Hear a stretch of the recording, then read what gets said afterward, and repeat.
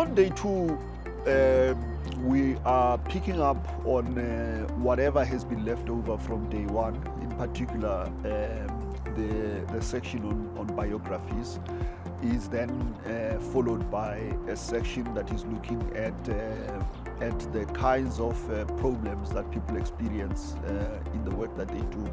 We would have looked at biographies, how people arrived in this work, what the families' attitudes are. Do they get support from families?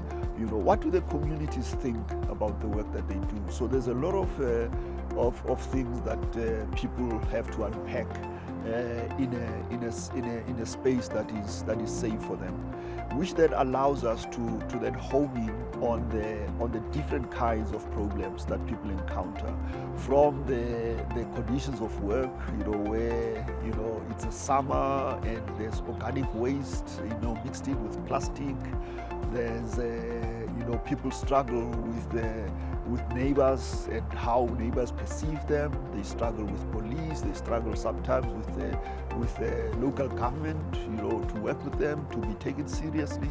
And then we will then start looking much more extensively at the guidelines as a solution to some of these issues and problems. So we're going to look at the guidelines using posters. The guidelines have been summarized into posters, and we will also be using games in between to convey the different principles that are behind the guidelines. And so we talk about the guidelines in a way that's live and alive, that will make an impression in someone, so that when they convey that information, it's in the fingertips and they are able to say. So our hope is that at the end of the workshop, the people will begin to see how the guidelines can actually be helpful on practical issues that they face.